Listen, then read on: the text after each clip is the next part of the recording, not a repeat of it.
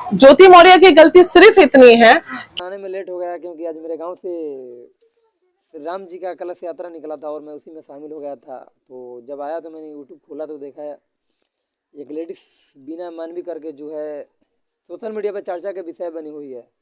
जानते हैं हम क्यों कह रहे हैं? पूरा वीडियो देखिए, आप पूरा समझ आएगा।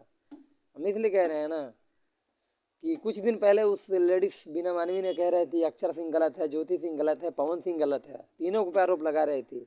लेकिन अचानक क्यों बदल गया मीना मानवी का प्लान, हम इसी के बारे में आप सबको बताने आए।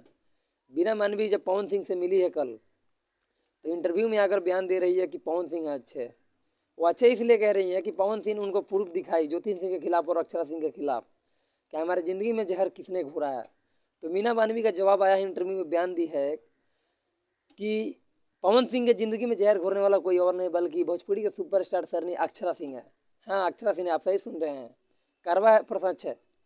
क्योंकि ज्योति सिंह गलत कहीं से नहीं है, क्योंकि वो नए नए वाली दुल्हन थी और उसको कोई जानकारी नहीं था। अगर कोई इसमें कूद रहा है, कोई फ़ोन करके बता दे रहा है कि तुम्हारा हस्बैंड मेरे साथ ऐसा किया वैसा किया कि, तो जाहिर सा बात है कि किसी को भी बुरा लगेगा। तो अक्षरा सिंह है इसमें पवन सिंह का ज़िंदगी बर्बाद करने वाला और ज्योति सिंह को। तो शायद आपको पता होगा कि पवन सिंह इस बात से कोई फ़र्क नहीं पड़ने वाला है, लेकिन मीना मानवी का कहना है कि हम पवन सिंह के घर फिर से बसा देंगे, लेकिन ज्योति सिंह हम पे विश्वास करेगी तब। जानते हो क्यों कह रहे हैं?